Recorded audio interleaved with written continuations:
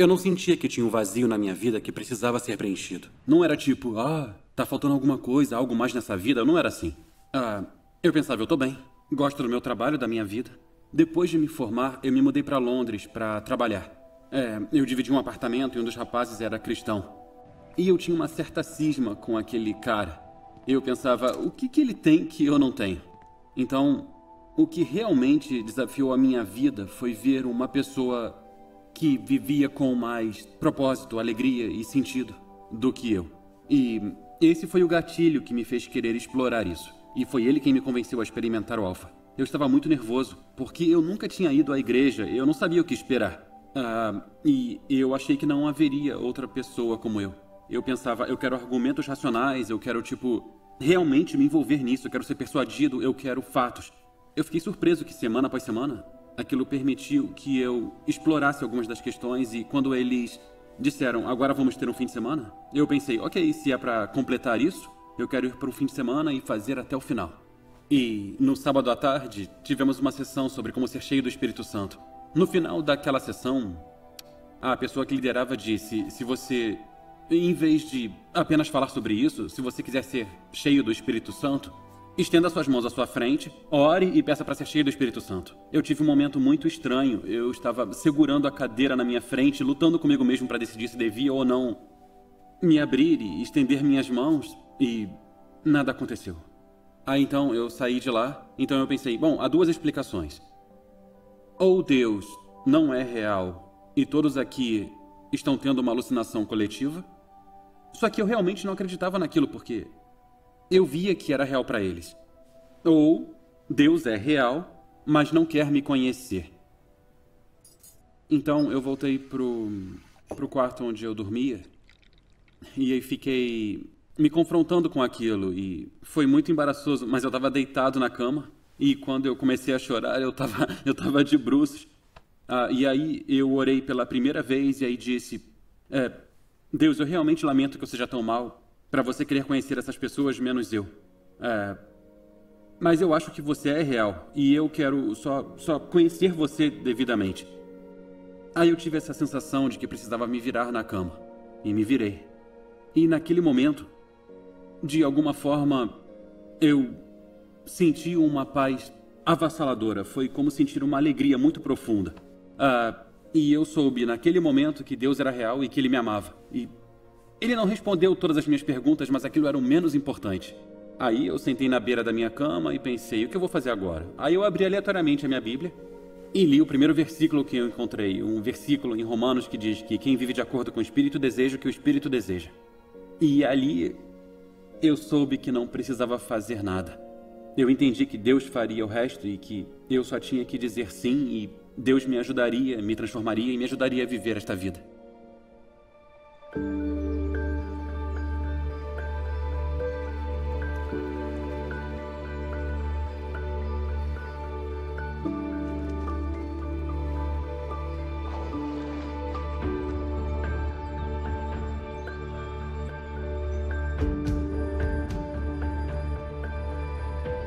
Romanos 5 diz, Deus derramou seu amor em nossos corações. Por meio do Espírito Santo, Ele nos concedeu. Se eu tivesse que escolher uma palavra para descrever o Espírito Santo, seria amor. E Paulo diz em Efésios, deixem-se encher pelo Espírito. A linguagem que ele usa nos dá a ideia de algo que é contínuo. Isso é, não é uma ocasião única, mas seguir sendo cheio do Espírito. Sim, e para ser claro, todo cristão tem o Espírito Santo habitando em si. Romanos 8 diz, e se alguém não tem o Espírito de Cristo, não pertence a Cristo. Porém, nem todo cristão é cheio do Espírito Santo. A diferença é quando você vai do sinal fraco para o sinal completo no seu telefone. Ao se tornar um cristão, você sempre tem uma conexão com Deus, porque o Espírito Santo habita no coração de todo cristão. Ser cheio do Espírito Santo é mudar de uma barra para uma recepção completa. Isso faz uma grande diferença. Ele enche nossos corações com o amor e o poder de Deus, de uma forma maravilhosa e inspiradora. E cada um de nós é convidado a experimentar isso. No livro de Atos, que é a história da igreja, volume 1, vemos 5 ocasiões diferentes em que as pessoas são cheias do Espírito Santo. E elas representam 5 categorias diferentes de pessoas. Talvez você se identifique com alguma delas. Primeiro, em Atos 2, vemos aqueles que anelam ser cheios do Espírito Santo. Os discípulos em Jerusalém estavam orando, esperando e anelando. No dia de Pentecostes, o Espírito foi derramado sobre eles. Em Atos 8, vemos outro grupo de pessoas. Não era que eles anelassem necessariamente pelo Espírito, mas nós vemos que eles estavam abertos, receptivos a ele. Quando Pedro e João oraram por eles, todos receberam o Espírito Santo. Se você anela ou está aberto, pode ser cheio do Espírito. Mas no livro de Atos vemos que pessoas que eram hostis, céticas ou desinformadas foram cheias do Espírito Santo também. Atos 8 nos fala sobre a pessoa que se tornou o apóstolo Paulo. Naquela época, ele não queria ter nenhuma relação com o cristianismo, e talvez se sinta assim. Mas Paulo era extremamente hostil, ele queria destruir a igreja. Então ele viajava de cidade em cidade, perseguindo cristãos e jogando-os na prisão. Mas Atos 9 descreve como ele mudou completamente quando conheceu Jesus. Deus enviou um discípulo chamado Ananias para que ele pudesse ser cheio do Espírito Santo. Ele se levantou, foi batizado e imediatamente começou a dizer às pessoas que Jesus é o Filho de Deus. Em Paulo, vemos um homem cheio do Espírito Santo, mesmo sendo tão antagônico em relação à igreja. Por outro lado, talvez você tenha ido à igreja ou até vá à igreja regularmente, mas diz que nunca ouviu todas essas coisas sobre o Espírito Santo antes. E é isso que vemos em Atos 19. Paulo está com um grupo de cristãos na cidade de Éfeso e pergunta a eles: vocês receberam o Espírito Santo quando creram? Eles responderam: não, nem sequer ouvimos falar do Espírito Santo. Eles estavam totalmente desinformados. Depois de serem batizados em nome de Jesus, ele orou por eles e o Espírito Santo veio sobre eles. E eles falaram em línguas e profetizaram. Em Atos 10, o apóstolo Pedro, que era judeu, foi parar na casa de um homem chamado Cornélio, que era gentio, ou não judeu. Pedro estava compartilhando a mensagem sobre Jesus com ele, sua família e seus amigos. Isso era controverso, porque na época acreditava-se que apenas os judeus podiam se tornar cristãos. A ideia de que um gentio ou não judeu pudesse ser cheio do Espírito Santo ainda era algo inusitado. Mas enquanto Pedro falava, disse que o Espírito Santo veio sobre todos aqueles que ouviram a mensagem. Os crentes judeus que estavam com Pedro ficaram surpresos porque o Espírito Santo foi derramado até mesmo sobre os gentios, pois os ouviram falar em línguas e louvar a Deus. Esse foi um momento decisivo para Cornélio e sua família, mas também foi um momento decisivo para a história da igreja. Foi o momento em que Deus deixou claro: seu Espírito não está limitado a um único grupo de pessoas. O Espírito Santo é para todos.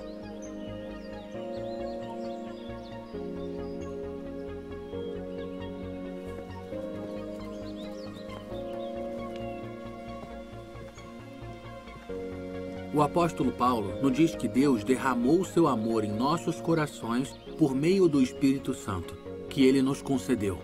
Quando isso acontece, quando o amor e o poder de Deus enchem nossos corações, experimentamos isso de maneiras diferentes. Somos todos únicos. Quando ficamos surpresos, por exemplo, em uma festa de aniversário ou algo assim, a reação de cada um é diferente. Jason pode se surpreender, sorrir e ficar calmo. Se eu me surpreendesse, começaria a pular, gritaria, cumprimentaria e abraçaria todo mundo. Apesar de ser a mesma circunstância, a reação é muito diferente e única de cada personalidade. De maneira semelhante, as pessoas reagem de maneira diferente quando estão cheias do Espírito Santo.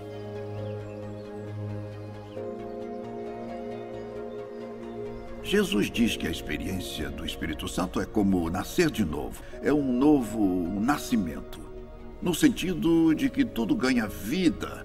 O Espírito Santo não muda nada, ele realmente muda tudo. Ele não acrescenta mais nada ao que Jesus já disse e instituiu, mas faz tudo o que Jesus disse e fez se tornar vivo, hoje. E isto é o que o Espírito Santo deve ser. É aquele que conclui, é aquele que concretiza, é aquele que recria a obra de Jesus. O Espírito Santo é um relacionamento, uma pessoa. Uma pessoa é um amor entre Deus e o Pai e o Filho. E se o amor humano pode mudar a vida de duas pessoas, imagine o que o Espírito Santo, que é o amor em pessoa, faz quando ele vem sobre uma pessoa, quando ele é aceito, quando é bem-vindo. Tudo o que o Espírito Santo toca, o Espírito Santo transforma.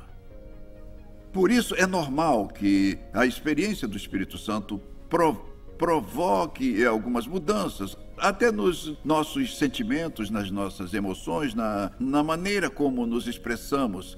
São Paulo diz na carta aos Efésios: não se embriaguem com álcool, com vinho, mas deixem-se encher pelo Espírito Santo. O Espírito Santo é um amigo, ele quer nos fazer felizes para desfrutarmos uma vida plena. Então, eu diria que não devemos ter medo do Espírito Santo. É normal que, ao nos aproximarmos do Espírito Santo, possa haver uma reação de riso, de choro, ou pulos de alegria, ou que falemos em línguas. Eu mesmo devo confessar que a primeira vez que eu senti esse tipo de presença do Espírito Santo, eu senti um desejo incontrolável de rir, mas entendi que era um tipo de riso muito especial. O Espírito Santo é um espírito de alegria, de liberdade. É maravilhoso experimentar o Espírito Santo, porque onde o Espírito está, há a liberdade, diz São Paulo. Não pode haver uma experiência mais gratificante do que a experiência do Espírito Santo.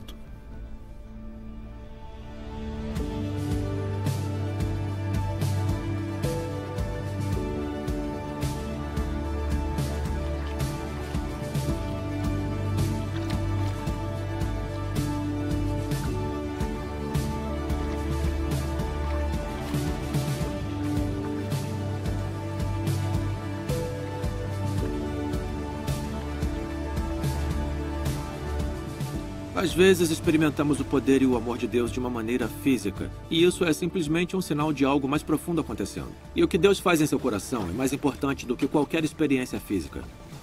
A cruz nos ajuda a entender o amor de Deus. Jesus morreu por você, e é assim que você sabe que Deus te ama. Mas o Espírito Santo torna esse conhecimento vivo em nossos corações. É através do Espírito Santo que experimentamos o amor de Deus por nós.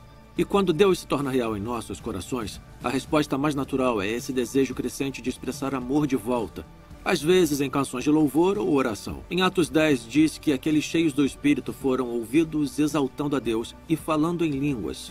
Às vezes as palavras não são suficientes para expressar o que sentimos. Eu não sei se você já esteve tão grato a alguém a ponto de não conseguir encontrar as palavras certas para se expressar. Atos 10:46 diz: pois os ouviam falando em línguas. É como se tivessem recebido uma nova linguagem de amor. Eles podiam expressar sua gratidão a Deus de formas que não eram limitadas à sua própria linguagem humana. Vemos isso em Atos 2, capítulo 10 e no capítulo 19. As pessoas ficaram cheias do Espírito Santo e começaram a falar em línguas. Nós queremos mencionar isso porque no Novo Testamento e em nossa experiência, esse é um dos primeiros dons sobrenaturais mais óbvios que as pessoas experimentam. O falar em línguas é mencionado em outras partes do Novo Testamento. 1 Coríntios capítulo 12 diz que nem todos os cristãos falam em línguas e que não é o dom espiritual mais importante. 1 Coríntios 13 fala sobre línguas. O capítulo 13 também é conhecido como o capítulo do amor. Na verdade, é uma das passagens mais populares em casamentos. Mas eu não sei se algumas pessoas notam isso no versículo de abertura. Ainda que eu falasse as línguas dos homens e dos anjos, se eu não tiver amor, serei como o sino que ressoa ou como o prato que retine. O Novo Testamento fala sobre dois tipos diferentes de línguas. Às vezes nos deparamos com idiomas humanos, onde alguém recebe a capacidade de falar em outra língua reconhecível. Mas geralmente não é conhecida. Em 1 Coríntios 14, Paulo explica: pois quem fala em línguas não fala aos homens, mas a Deus. Em outras palavras, é uma maneira de expressar o que você sente em seu coração sem passar pelo processo de pôr isso em uma língua que você conhece. Paulo disse que se uma pessoa fala em línguas em público, tem que haver uma interpretação. Mas ele disse: não proíbam. Em particular, Paulo incentiva o uso de línguas. Ele disse: eu falo em línguas mais do que todos vocês. O que aconteceu no dia do Pentecostes foi que eram línguas reconhecíveis, línguas humanas. Atos 2:11 diz que o povo ouviu os discípulos proclamarem as maravilhas de Deus e que foi em mais de uma dúzia de línguas diferentes.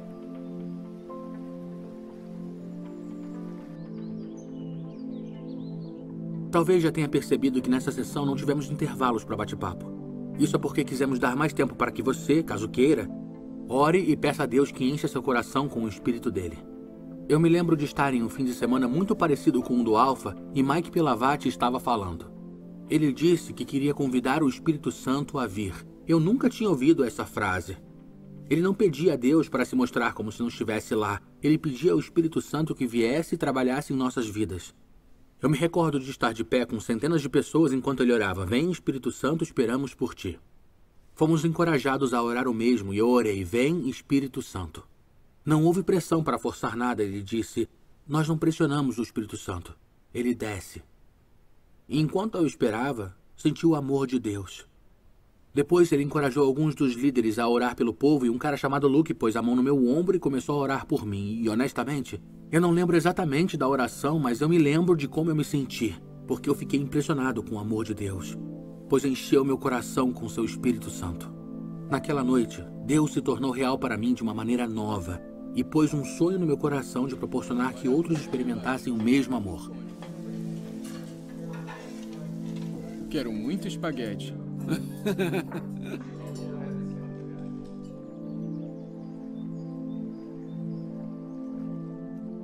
Existem 3 obstáculos comuns que as pessoas enfrentam quando oram para serem cheias do Espírito Santo. Jesus fala sobre isso em Lucas 11.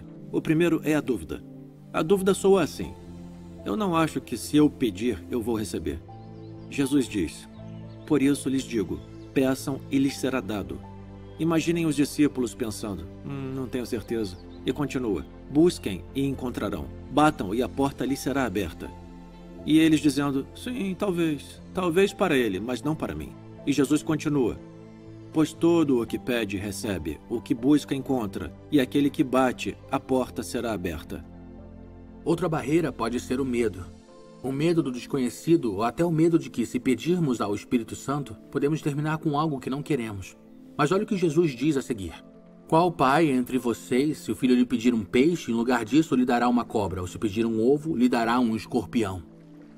Se vocês, apesar de serem maus, sabem dar boas coisas aos seus filhos, quanto mais o Pai que está no céu dará o Espírito Santo a quem o pedir. Deus é um bom Pai celestial. Ele não vai nos dar algo prejudicial. Tudo que o Espírito Santo tem para nós é bom. O terceiro obstáculo é o sentimento de insuficiência. Nós pensamos: eu não sou digno o suficiente, você não sabe como é a minha vida. É verdade, eu não te conheço. Mas Deus sim, e Ele te ama. Sim, você pode pensar: eu não sou cristão tempo suficiente. Deus poderia dar o Espírito a uma pessoa muito boa ou a cristãos realmente maduros, mas não a mim. Mas Jesus não diz: quanto mais o Pai que está no céu dará o Espírito Santo a cristãos realmente maduros ou alguém que tem uma vida de bondade. Ele diz: quanto mais o Pai que está no céu dará o Espírito Santo a quem pedir. Então vamos pedir. Por que não dedicar alguns minutos agora em grupo e reservar algum tempo e espaço para que você ore e seja cheio do Espírito Santo? Uma das coisas que eu gosto de fazer ao orar é abrir minhas mãos assim. Isso reflete um coração que diz: estou aberto para receber. Enquanto oramos, dizemos: Deus, me encha com o seu Santo Espírito.